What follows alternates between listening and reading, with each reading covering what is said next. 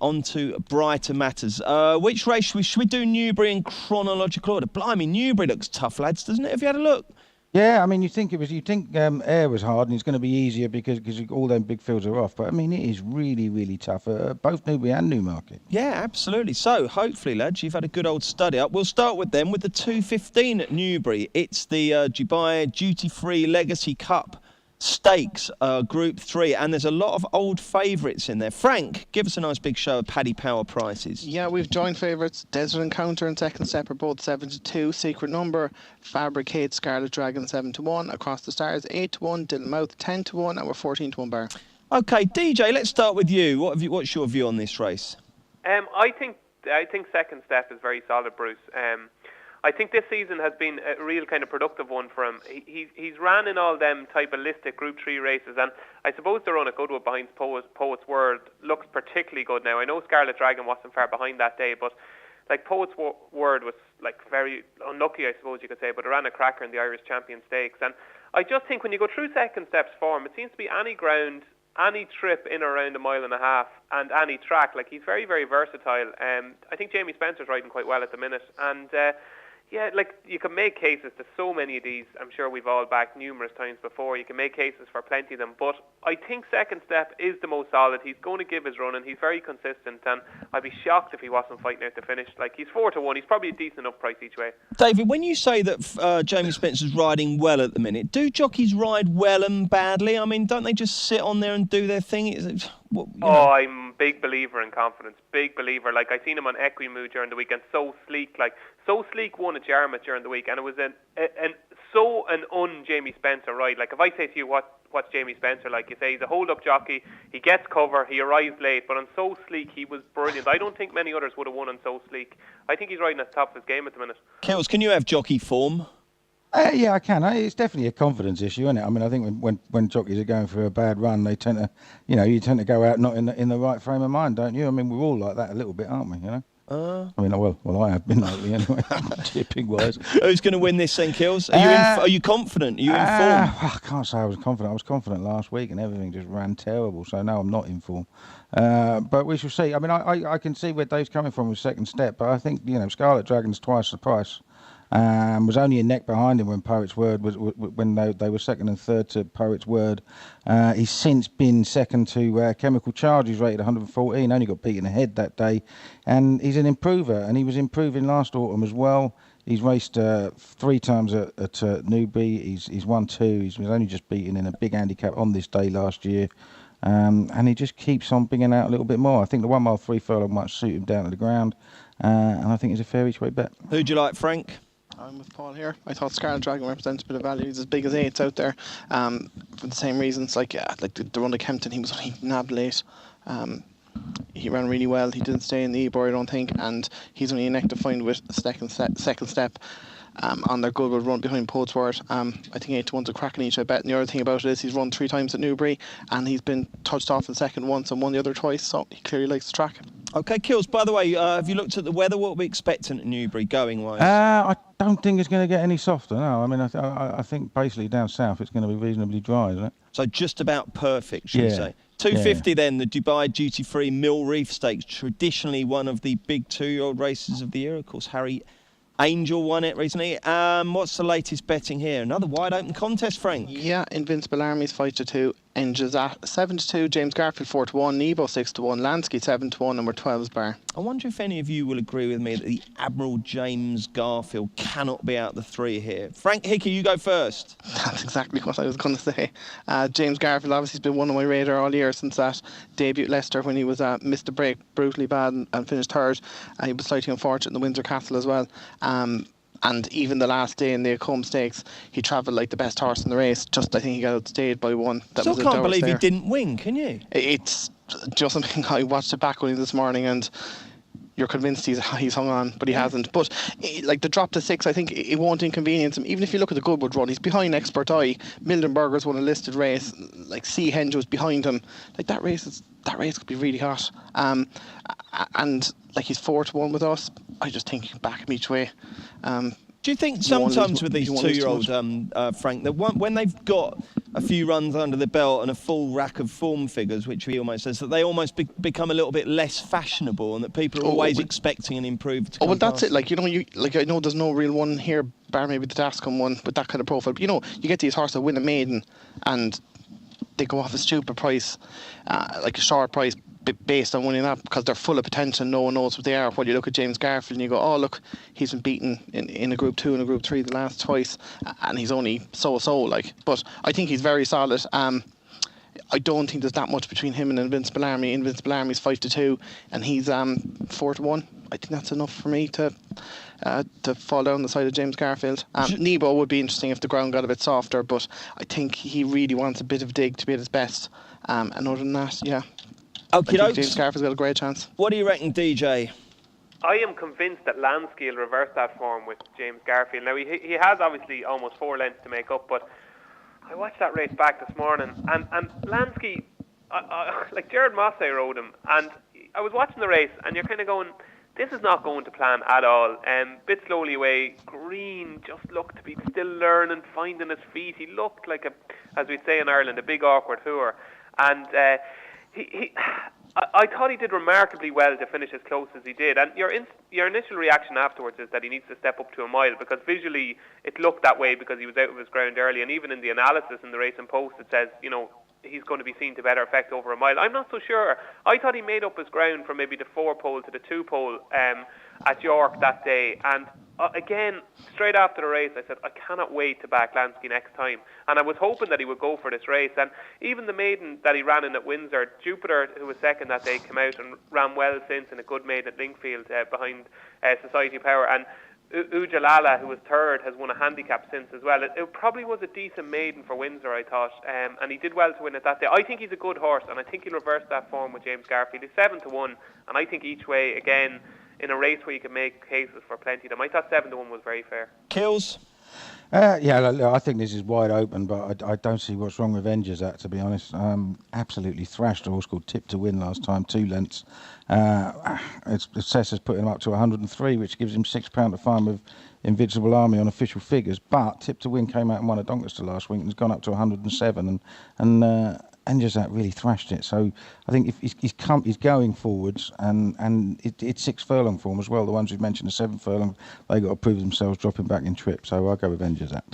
325, the Dubai duty-free handicap. 20 runners, absolutely wide open and very, very tricky indeed. Frank, take us through the latest betting. Yeah, Fidawi is 6-1, Banksy 8-1, Eddystone Rock, Silver Ghost, Alnesh, Baracco 10-1, Eric the Red, Baydar 12-1, Eugenio Anything Today, Shaba and Theodora 14-1, and we're 16-1 bar. Kills, lead on. I put up Barocco earlier in the week, largely because he keeps running good races, and I'm convinced that he's well handicapped, although he is a little bit of a nutter. We still haven't forgiven him for Epsom, have we? Well, no, exactly. It wasn't really him, it was more the jockey. Well, yeah, that Epsom. But you say it was him, but he hasn't won since. So it might be a bit him as well, you know what I mean? He flops out the stalls routinely, but if they get a strong gallop... I've never seen a horse that's capable of running through another horse, which is what he would have had to have done to win exactly. Epsom. Yeah, that is true. But, like I said, he's obviously been beaten several times since as well. But, I think he'll run well at a price. But I've become more and more interested in another one now, trained by James Tate, called Law and Order. Now, he's run 2 cracking races on his last 2 starts. He was second at Second Step. I think Second Step was carrying a little penalty, but, the horse was rated 110. Law and Order was 100 then, beaten 2.5 lengths. And then last time out, he was only beaten 2 3/4 lengths, and that race won by Chemical Charge, where Law and Order was, Scarlet Dragon was second. They're 2 big runs. He's gone up to a mark of 104, but this was an early closer, so he's running off 100. So he's a horse that's £4 William, drawn in stall 4, so has a reasonable draw on the inside, and yet is available at 20-1 in places. Okay, Law and Order at a decent price for Kills. Frank, what are you going to go for? Yeah, I'd narrowed it down to 2. The first, actually, strange enough, the Sir Michael Stout second string, Shaba. He was decent enough last year. He won a handicap at Sandown off 79 and was just touched off in a handicap at Ascot off 87. He made a nice reappearance at Yarmouth about maybe just under a month ago, where he actually cruised through the race to about the furlong pole and blew up. Was beaten 6 lengths by Teodoro, who reopposes here. He went to Sandown a couple of days later and was probably too soon for him. He's beaten 5 lengths behind Thundering Blue, who's favourite for the Cambridgeshire. They claimed 3 off him here, and he's actually off the same mark when you factor in the claim as when he was touched off at Ascot. I'd say this horse is potential to be 100 horse, I think. You can forgive that Sandon run. It was definitely too quick, and he's a massive price. He's 20 to 1. We're 5 places in the race. I think he's got a huge each way chance. And Baracco is the other one I liked. I watched the video of York again this morning, and every bit of trouble going, he found it, and he's still only beaten 2.5 lengths. That is him, isn't it? Oh, it is him, but I mean, he is definitely well handicapped. He should be involved. I think for 5 places as well, each way, I think we're 10 or 12. That's very tens. Yeah, that's a fair each way price. But Shaba would be my number 1, and Baracco maybe a small save for each way as well. David Jennings. I thought Banksy was rock solid. I'm surprised hasn't got a mention yet. It won the Spring Cup on its last run at Newbury. That was back in April. It was his first run of the season. He'd been gelded from 3 to 4. And I think the step up and trip is going to suit. And there's definitely valid excuses for his last 2 runs, because it wasn't well drawn on either occasion. The ground was too soft at Ascot last time, and was returning from a 3-month break. And he's won over a mile too before. I remember him winning the race at Pontefract last year, and was quite impressive that day, and looked like he'd certainly stay. Luca Kamani has a really good record in this race. I think he's won it maybe 3 times in maybe 8 or 9 years. So he tends to target one at this race, and I think Banksy, like a Spencer back on board. I know I fancied Spencer earlier on second step, but I think Spencer does get the best out of Banksy, because Banksy is a typical Jamie Spencer type of horse, and he hasn't ridden it since he won the Spring Cup. So I think Banksy is very, very solid.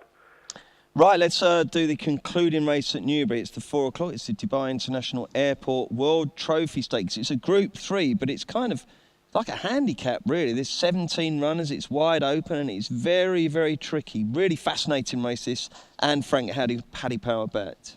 Yeah, Kotai Glory is 9 to 2, Muthmere 5 to 1, Take Cover and Wadi 6 to 1, Price is 7 to 1, Caspian Prince 8 to 1, Gold Dream 12 to 1, number 16 Bar, and we're 4 places in this race as well. Good, we'll need 4 at least. DJ, where'd you start with this one? There's so many with chances, isn't there? Bruce, you know how much I love talking, and I can't make head nor tail of this. I absolutely hate sprints. I obviously love the really good ones, and love watching like the top sprinters, Marcia and Lady Aurelia and Caravaggio and all that. But I know these are household names, and a lot of people have affection for a lot of them. But realistically speaking, from a punting point of view, 10 of these could win.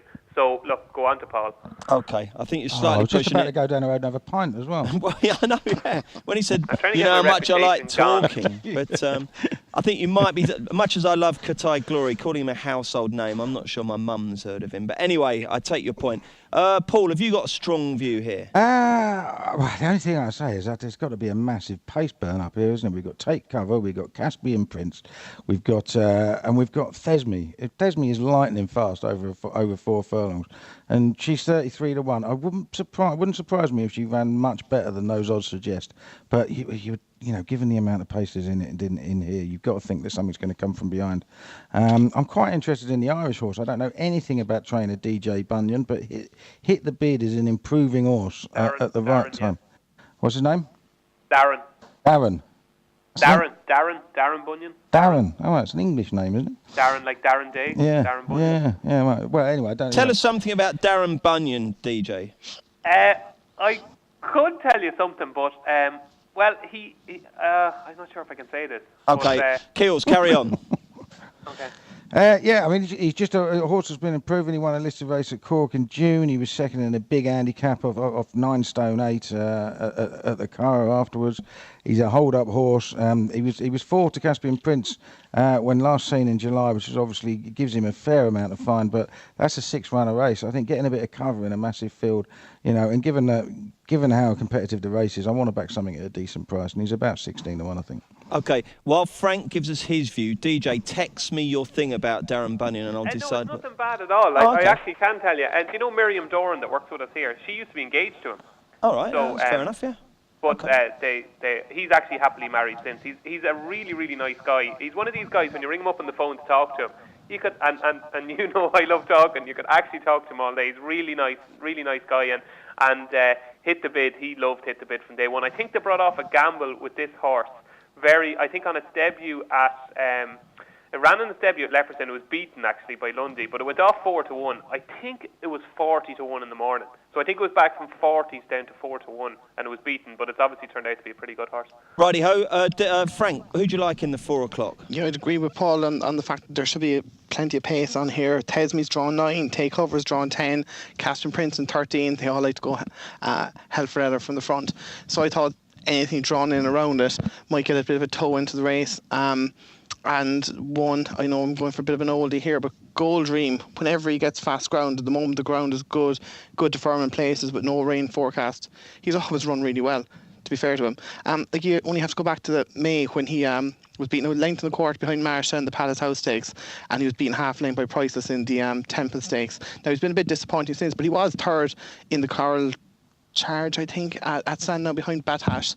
And now the last couple of runs have been poor, but he's getting hopefully proper fast ground again, and with all the pace around him, I think they might tow him into the race, and he could be the one finishing off. Like, he's 16-1 in places. I think it's even as big as 18. That's a cracking each way price. Yeah, I did look at him, Frank. I just wondered, Robert Cowell's got Encore d'Or in there as well, and I know Viamore rode him then, but I mean, when Encore d'Or won last time, but I just thought, if they really fancy Gold Dream, and Viamore's available, wouldn't they switch him? Possibly, yeah. It was just more the pace was all around him. Yeah. Encore d'Or's drawn 4, and I know Kotai Glory can go from the front, but it was just the way the race might set up. It might play to his strengths. Like, look, he could be gone, but it is only 3 or 4 months since he was running Cracker, so. Yeah, it's just at the price. At 16-1, sure. You can't go wrong at that kind of price, I think. And also, Kills, with those things, you just don't know how close these things are. I mean, they can be 50-50, can't they? It can be virtually a spin of a coin, of course they can. Yeah, I've never had a problem with back in the second string anyway. OK, that was Newbury. Let's do Newmarket.